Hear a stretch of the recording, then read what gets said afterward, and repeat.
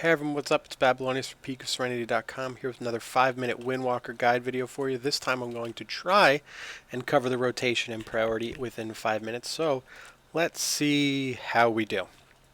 Put 5 minutes on the clock and we'll get started. Alright, so the Windwalker Rotation priority is really entirely about managing your resources, and that is your energy and your chi. You use energy and turn it into chi by using Tiger Palm.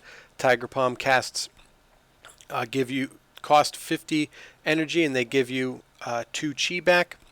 And you have your other abilities like Rising Sun Kick, which has 2 chi, Strike of the Windlord, which costs 2 chi, Fist of Fury, which costs 3 chi. If you have the boots, it costs 2 chi.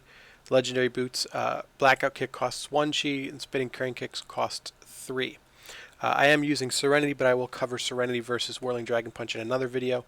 So let's get down to it. So typically, the most important parts of Windwalkers is attempting to use Rising Sun Kick, Strike of the Windlord, and Fist of Fury as close to on cooldown as possible without delaying one or the other and without capping your resources. So you do not want to, if you have 4 chi, you do not want to use Tiger Palm again because you will only generate 1 chi, as well as you do not want to hit your maximum level of energy. So those are things you want to really pay attention to. In general, your priority for abilities is going to be using Rising Sun Kick first, and most often that's going to be your most important ability.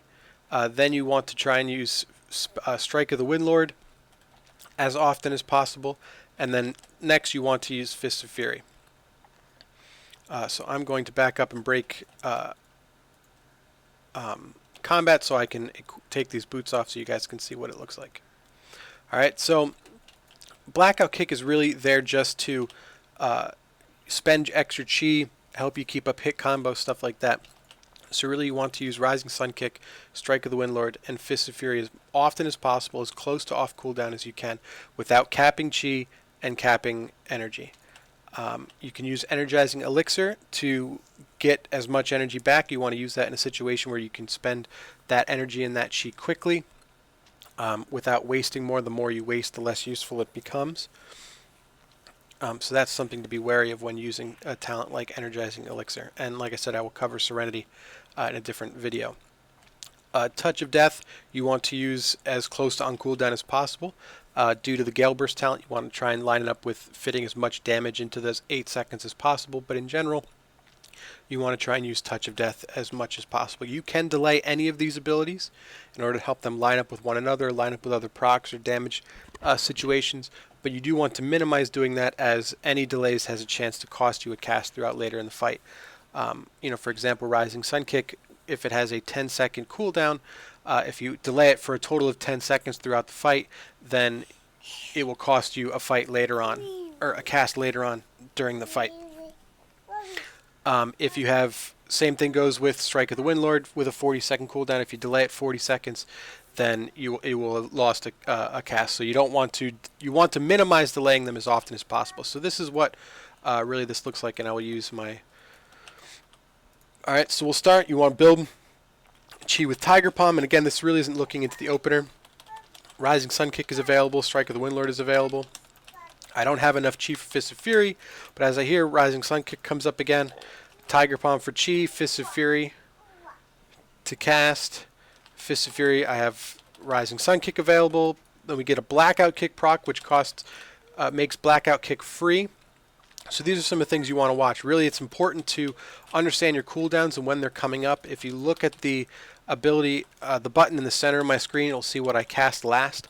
You can use things like Chi Wave. You want to use it as close to on cooldown as possible, while still not delaying any of the other abilities. Touch of Death, you want to use as often as you can. I should have used it earlier.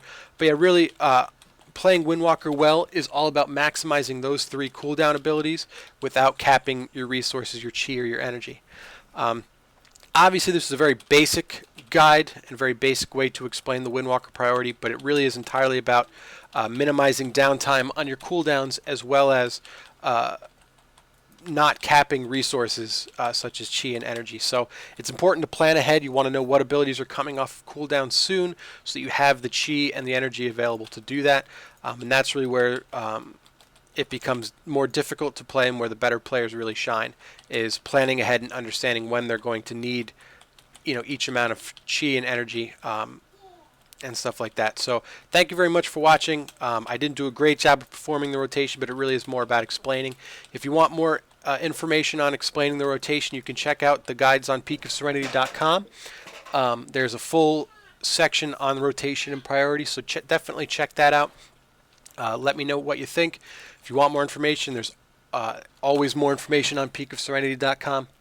If you like these videos, check out my other videos on similar topics. Let me know what you think. Like, comment, and subscribe. If you like the content that I and the other people on Peak of Serenity provide, then please support us through Patreon and PayPal. Let us know that we're doing a good job, and help support us to keep doing all the stuff that we've been doing. So thank you very much for watching. I hope this answers more questions than it creates, and until next time, I will see